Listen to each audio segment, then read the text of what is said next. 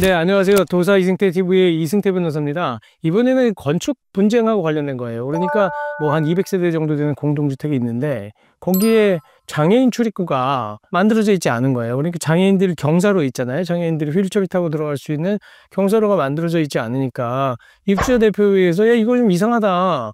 이거 잘못된 거 아니냐. 시공사한테, 그리고 시공사가 커요. 메이저 시공사였는데 시공사한테 이거 니네들이 잘못 지은 거니까 하자니까 당신이 배상해 라고 하면서 이거를 소송으로 직접 하지 않고 건축분쟁조정위원회에다가 조정 신청을 했던 거예요. 그랬더니 거기에서 뭐라고 얘기를 했냐면 장애인 경사로 안 만든 거는 하자인데, 그러니까 이 부분에 대해서는 대형건설사가 책임져라 라고 그 결정을 한 겁니다. 그랬더니 이 대형건설사에서는 아니 무슨 소리야, 이거는 나는 설계대로 공사를 했고 설계사에 따라서 지은 거지 나는 책임 없으니까 네 결정이 못 따르겠습니다라고 하면서 행정소송을 제기한 거예요. 그 행정소송이라는 게 뭐냐면 건축분쟁조정위원회의 결정에 대해서 불복하는 소송을 제기한 거거든요. 그럼 여러분들이 볼 때는 누구 말이 맞는 것 같으세요? 근데 여기서 알아야 될 구조가 뭐냐면 우리는 아파트에 들어가거나 공동주택에 들어갈 때 그냥 그거를 항상 건설사, 그러니까 뭐 큰 회사들의 이름, 브랜드를 알고 들어가기 때문에 그 회사가 지어서 나한테 팔았구나 이렇게 생각하세요. 근데 사실은 건축주는 다릅니다. 건축주는 항상 제가 얘기하는 시행사, 그러니까 조합이 됐든 아니면 개인 건축사가 됐든 개인 회사가 됐든 아니면 뭐 시행을 하기 위해서 만들어진 특수목적 법인이 됐든 신탁사가 됐든 시행사가 물건을 판 사람이에요.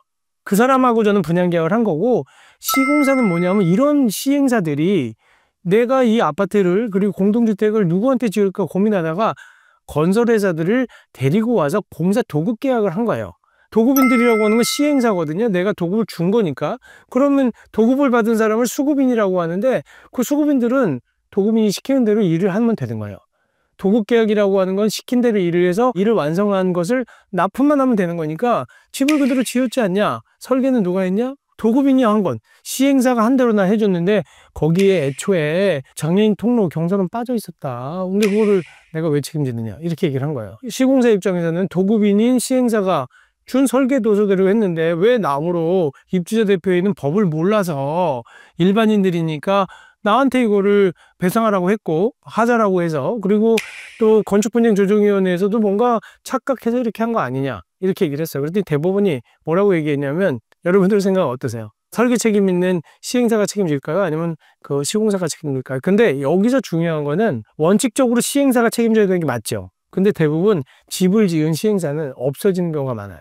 조합은 해산해버리거나 청산해버리거나, 그 다음에 그 일반 그 회사라고 하더라도 SPC 같은 거는 특수목적법인은 요것만 짓고 빠져나가요. 그러면 건축주가 없어진 거예요. 그러고 났을 때 그러면 이게 시행사한테 책임을 묻는다고 하더라도 돈을 못 받잖아요. 그러니까 시공사가 문제가 되는 겁니다. 그리고 또 하나는 시공사들이 대부분 대형 건설사이기 때문에 시공사가 책임지는 게 좋겠죠. 그래서 이 경우에 어떻게 되는지를 봤더니 사실은 이게 일반적인 손해배상 청구 소송하고는 달라요. 그러니까 기본적으로는 시행사를 상대로 소송하고, 시행사가 자력이 없다고 하더라도 시공사를 상대로 또 소송하는 방법이 있는데, 이거는 건축분쟁 심의로 갔다가 거기에 불복했던 거기 때문에 소송의 구조는 다릅니다. 근데 법원 판단 한번 볼게요. 재판부는 그 건설회사에 청구를 받아들이지 않았다. 뭐라고 얘기했냐면 장애인 등 편의법에 따른 편의시설 설치 대상인지 여부, 그리고 또 하나 장애인 등 편의법에 그 설치하도록 한 시설물을 설치하지 않은 하자가 있는지, 그 다음에 설계상의 하자가 또 하자냐에 대한 부분을 봤는데, 기본적으로 세대수가 10세대 이상인 연립주택은 기본적으로 이 장애인 편의시설을 짓도록 되어 있다는 거예요. 그렇기 때문에 여기는 장애인 편의시설을 설치해야 될 의무 대상이 되고, 그런데다가 기본적으로 이 출입구를 보면 경사로를 설치하지 않고는 장애인들이 못 다닐 수 있다는 거는 시공사가 충분히 알 수 있다는 거예요. 설계를 잘못한 시행사도 잘못이지만 시공사가 그거 알면서도 그대로 공사 감행한 거, 그것도 당신 책임이 있다. 그렇게 얘기를 하면서 시공사 책임이 있다라고 판단을 한 겁니다. 사실은 이게 재판부 말이 맞는 거죠.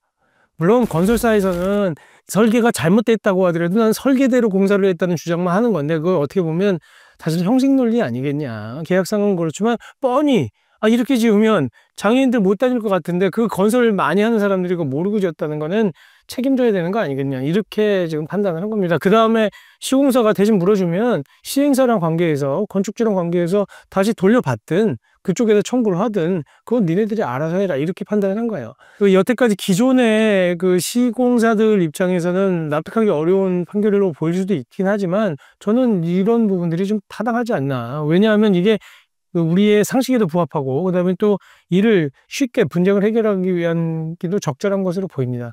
자고 이 판결은 입주자 대표회에 계시거나 아니면 뭐 관리인으로 계신 분들이 그 참고를 하면 뭐 업무에 도움이 되실 수 있을 것으로 보입니다. 네, 감사합니다.